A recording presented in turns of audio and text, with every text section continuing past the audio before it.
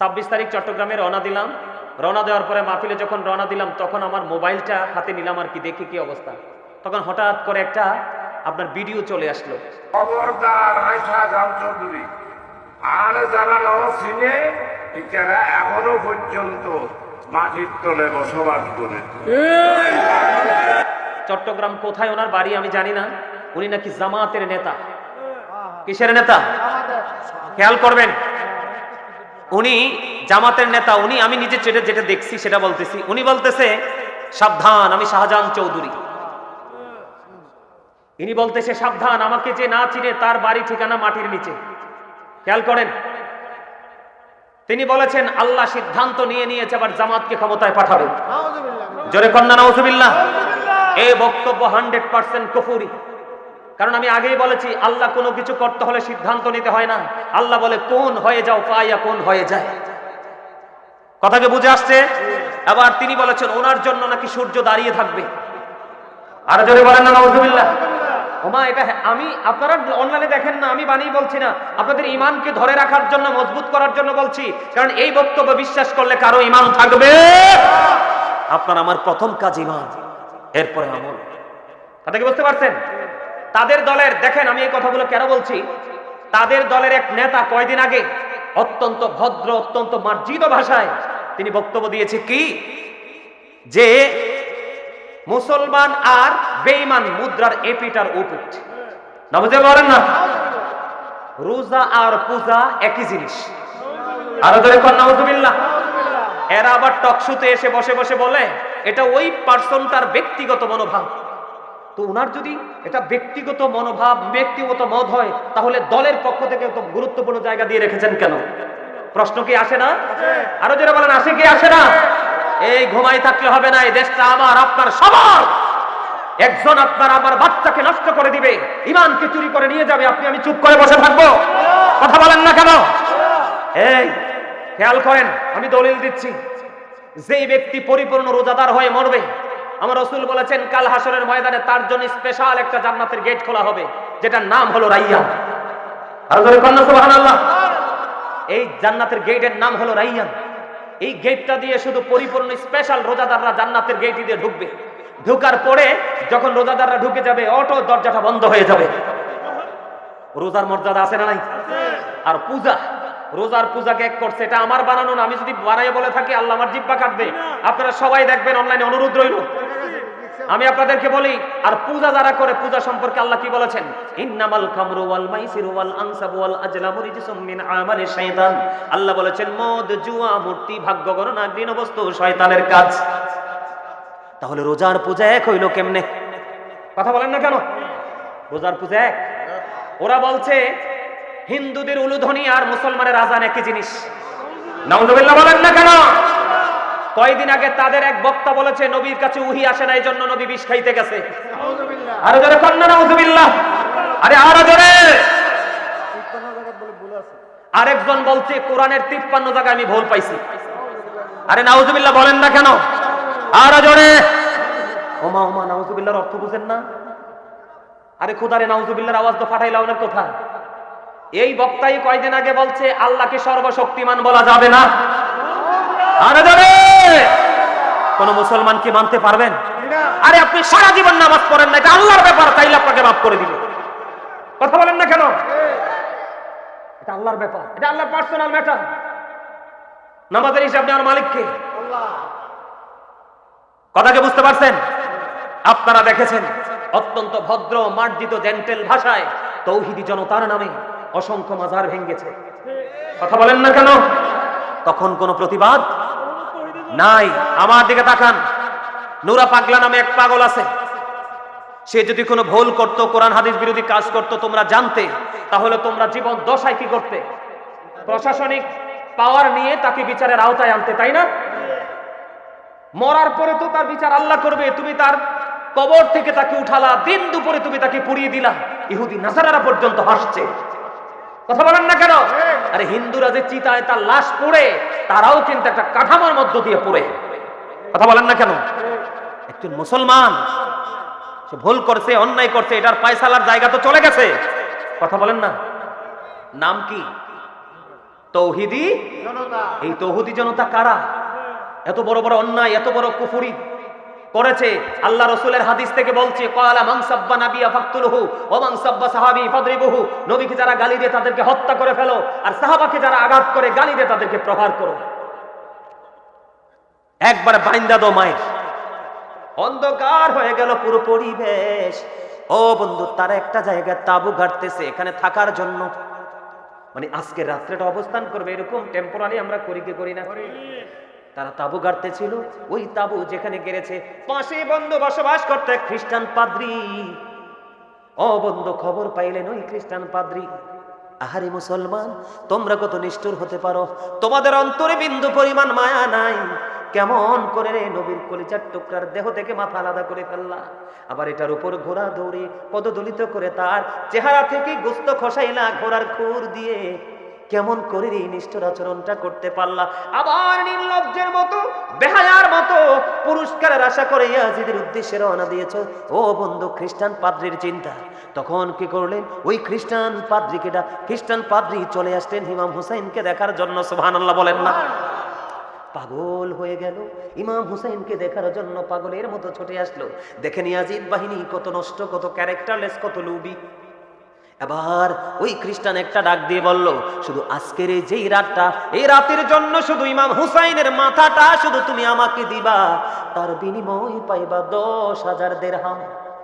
নাউজুবিল্লাহ কন্যা, একবার বলেন না নাউজুবিল্লাহ।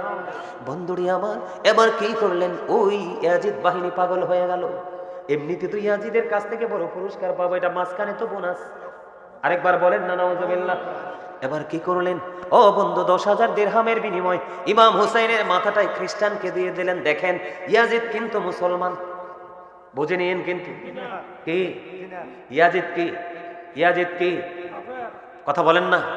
আরে কাফের তো পরে, আগে কি মুসলমান না? আরে জোরে, আমির মুয়াবিয়ার ছেলে না, ও মুসলমান তো, কিন্তু কোন মুসলমান? মুনাফিকি মুসলমান, ঠিক না বলেন? ইয়াজিদি মুসলমানরাই মুনাফিক। যখন কথা বলবে মিথ্যা বলবে, যখন কিছু আমানত রাখবেন 1 সপ্তাহ দেরি করবে না, খেয়ে ফেলবে।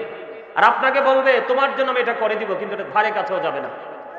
বিশেষ করে আমাদের বর্তমানে বাংলাদেশের ম্যাক্সিমাম নেতারা করে। কথা কন না কেন? ওকে ভোট দেন, আপনারা একবারে ডুবাই দিব, কিন্তু নির্বাচনে বিজয়ী হওয়ার পরে তুমি কি? আমি তো চিনি না, তোমার বাড়ি কই?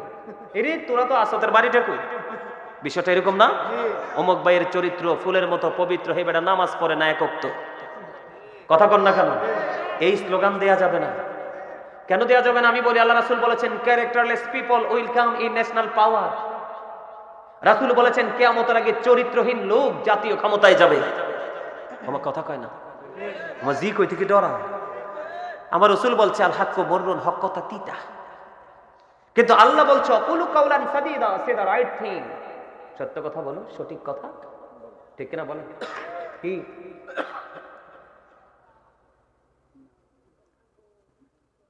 এত কি বলেন না? আচ্ছা, হেইয়া মুই কর্ম আনে তা আপনি টেনশন করতে হইবে না মনু।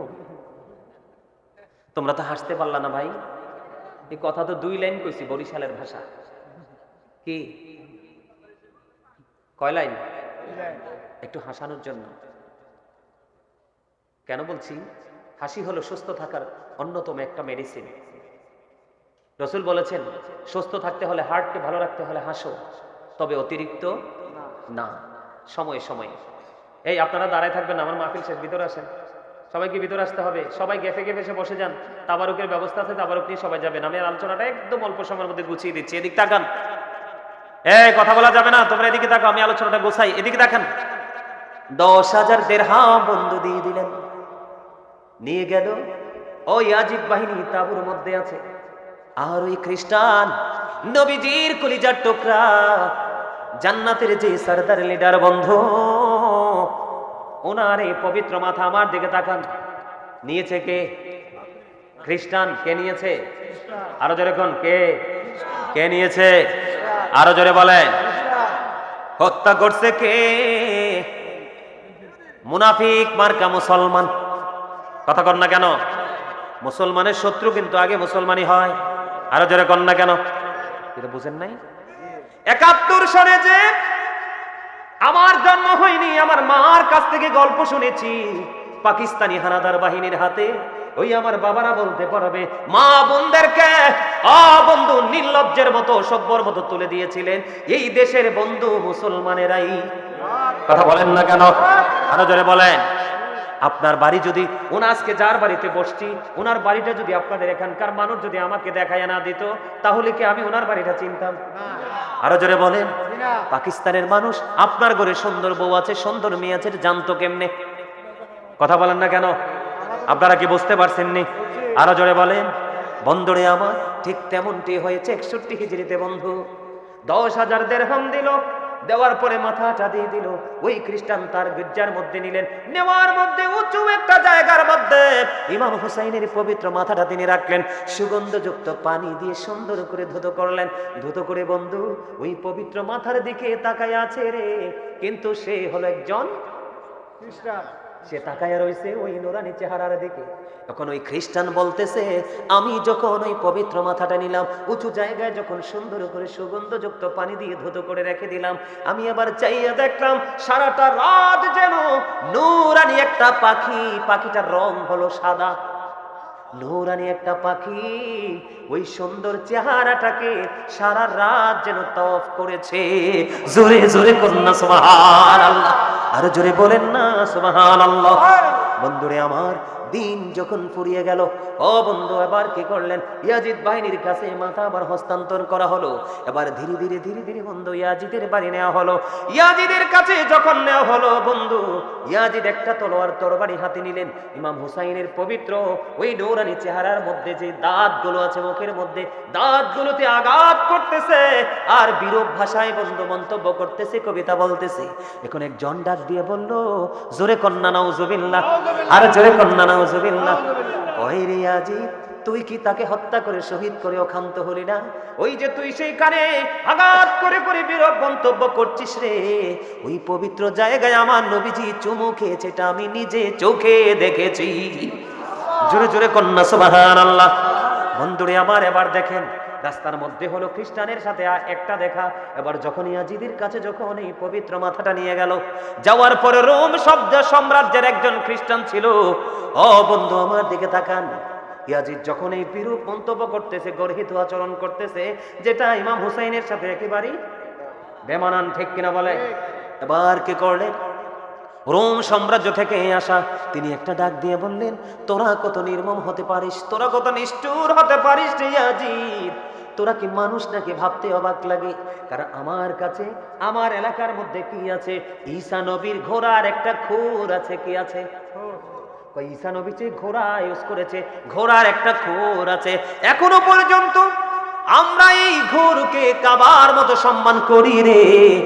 আর কেমন হইলি রে ইয়াজিদ, নবীজির কলিজার টুকরাকে শহীদ করে দিলি, আবার একটার পর একটা আঘাত করতেছিস। জোরে জোরে কন্যা নাউজুবিল্লাহ। আর জোরে বলেন না নাউজুবিল্লাহ। আপনাদের কাছে কি এই আলোচনা শোনার পরে কি কষ্ট লাগছে না? তিনি আমাদের প্রিয়, ঠিক কিনা বলে? দুনিয়ায় যদিও ইমাম হুসাইনকে দেখিনি, আমাদের ক্লান্তি লগ্নে আমি ওনাদেরকে পাবো। আপনারা আমাকে একটা কথা দেন, যুবক বন্ধুদেরকে বলছি, তোমরা জীবন যতদিন আছে, তোমরা কি ইমাম হুসাইনের পক্ষে যাবে না ইয়াজিদের পক্ষে? কার পক্ষে? আমরা কোন কাফেলার লোক হতে চাই? হাত তুলে দেখাও যুবক, সবাই হাত তুলে দেখান কে কে। আল্লাহু আকবার। ইয়া রাসূলুল্লাহ, ইয়া গাউসুল আজম রাসূল, জিন্দাবাদ জিন্দাবাদ।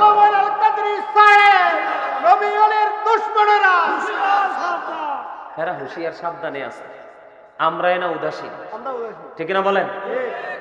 এই হেরা কি সাবধান আছে না? কথা বলেন না কেন? হেরা যদি হুঁশিয়ার না থাকতো, পরিকল্পিত ভাবে এতগুলো মাঝার ভাঙতো পারতো? আমরাই হুঁশ নাই, তারার হুঁশ ঠিকই আছে। এবার আসেন, ইয়াজিদ কি করে দিল? ইয়াজিদ শহীদ করে দিল। আরো কত কথা শেষ নাই, শেষ করে দিল তো। ইয়াজিদ মনে করছে বড় একটা যুদ্ধ সমাপ্ত করেছে।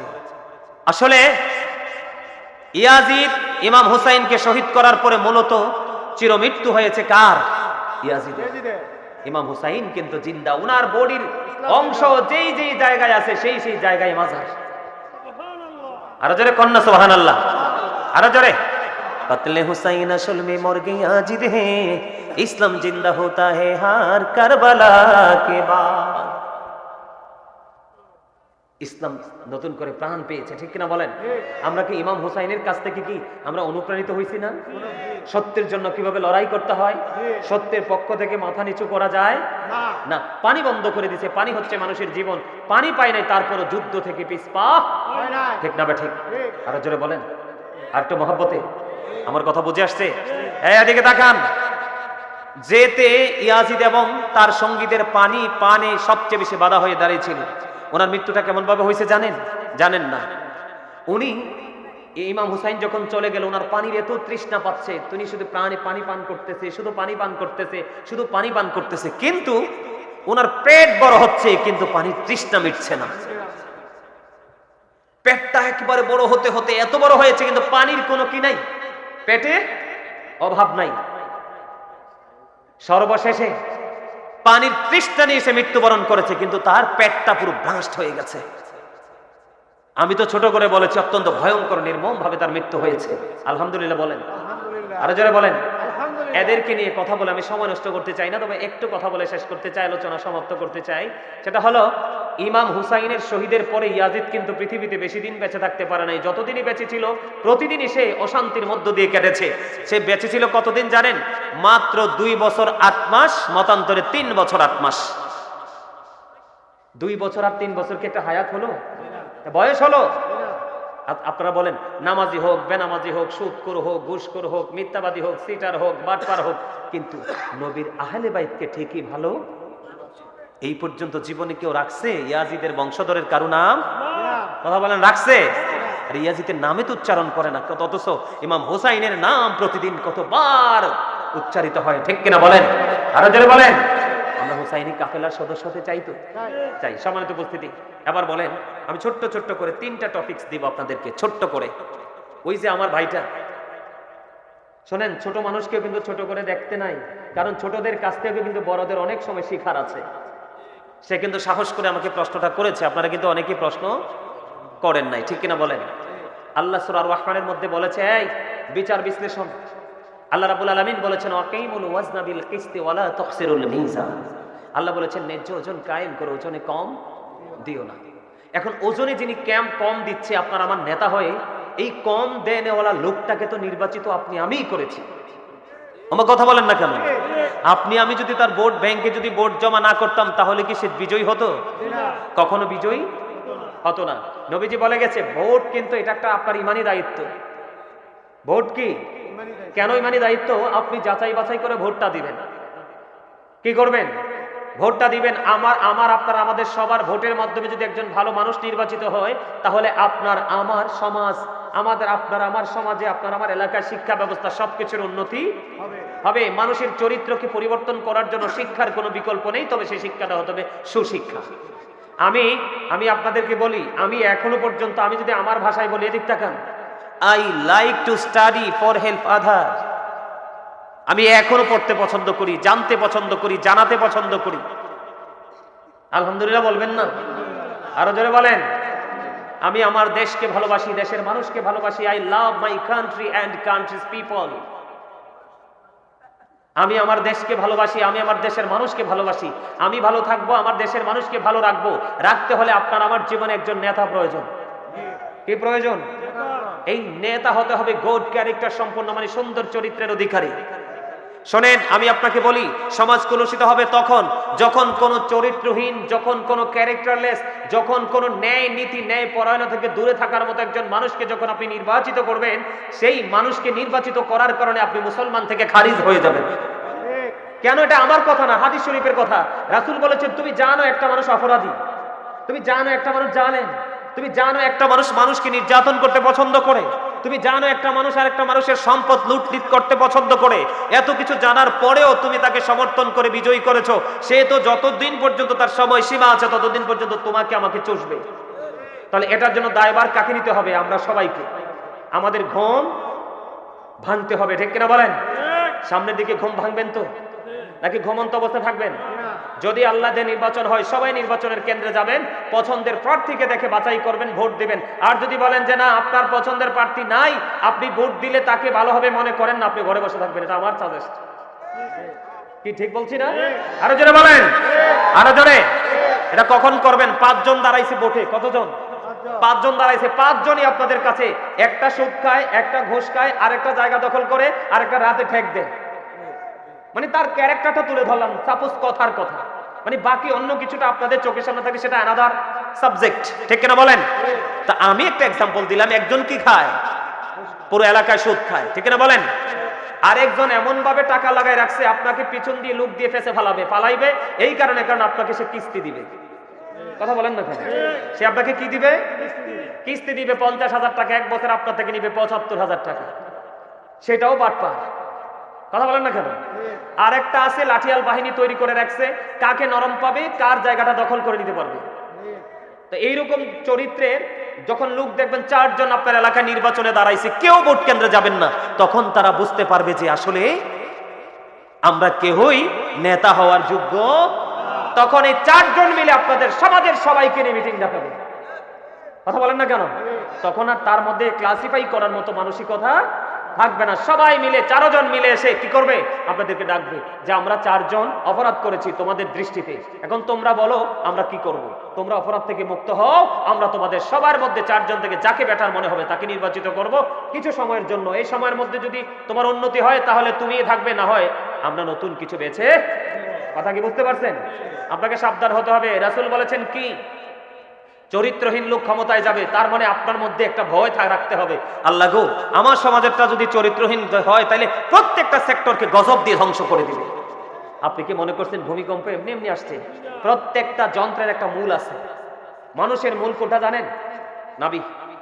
কি কথা বলেন না? বডির মূল কেন্দ্রটা কোনটা? নাভি। দেখবেন মানুষের সব ব্যথা সইতে পারে, পেটের ব্যথা সইতে পারে না। অনেকে পেটের ব্যথা তাৎক্ষণিকভাবে স্পট ডেড হয়ে যায়, হয় কি হয় না? তো প্রত্যেকটা জিনিসের মূল আছে। পৃথিবীরও একটা নাভি আছে। যখন আল্লাহ রাব্বুল আলামিনের নাফরমানি বেশি বেশি হয়, আল্লাহ তখন পৃথিবীকে ফেরেশতাকে বলে এই জমিনের নাভি ধরে টান দাও। তখন জমিন নাচতে থাকে, অবকাঠামোগুলো ভাঙতে থাকে, প্রিয় মানুষগুলো মরতে থাকে। এটার জন্য দায়ী কেউ নয়, কারণ আল্লাহ বলেছেন আল্লাহু লা ইউহিব্বুজ জালিমিন, আল্লাহ জালেমকে পছন্দ করে না। ওয়া মা লিজ জালিমিনা মিন আনসার, জালেমরা যখন বিপদে পড়ে আল্লাহ তাদের জন্য কোনো সাহায্যকারী রাখে না। আল্লাহ বলেছেন ইন্নাল্লাহা লা ইয়াজলিমুন নাসা শাইয়্যা ওয়ালাকিন্নান নাসা আনফুসাহুম ইয়াজলিমুন, আল্লাহ বলেছেন আল্লাহ বান্দার উপর অত্যাচার করে না, বান্দা নিজেই নিজের উপর অত্যাচার করে। যাবেন কই? বাঁচার রাস্তা আছে? আরে এই দুনিয়াতে তো অসুস্থ হলে ডাক্তার পান, আল্লাহ বলছে লা ইয়ামুতু, মরার সুযোগ নাই, ফিহা ওয়ালা ইয়াহইয়া, আর বাঁচারও সুযোগ নেই, ওমা হুমান হাবি গায়বিন, ওখান থেকে আর পালাবারও। তাহলে বুঝতে পারছেন তো? আপনি যদি ভালো মানুষ নির্বাচন করান, আপনার এলাকা থেকে অটো আর চুরি হবে না। গরু আপনার বাড়ির উঠানে খোলামেলা বেঁধে রাখতে পারবেন, কেউ নিতে পারবে না, কারণ দিন শেষে হাজিরার নেতার কাছে কি আছে? নোটিশ। কথা কি বুঝতে পারছেন? ওমা আমার কথা যদি বুঝে না হয় বলো হুজুর আপনারটি পছন্দ হয় না, বলেন। আর যদি পছন্দ হয় তাহলে আমাকে সারা দিয়ে বুঝাতে হবে যে আপনার কথা আমি একমত। আরো যারা বলেন একমত কিনা? আরো যারা বলেন। এবার আসেন নাম্বার 2। ফার্স্ট চলে গেছে। আমি কত তারিখে ইয়াতে যে গেলাম, চট্টগ্রাম যে গেলাম, চন্দনাইশে 26 তারিখ, 27 তারিখ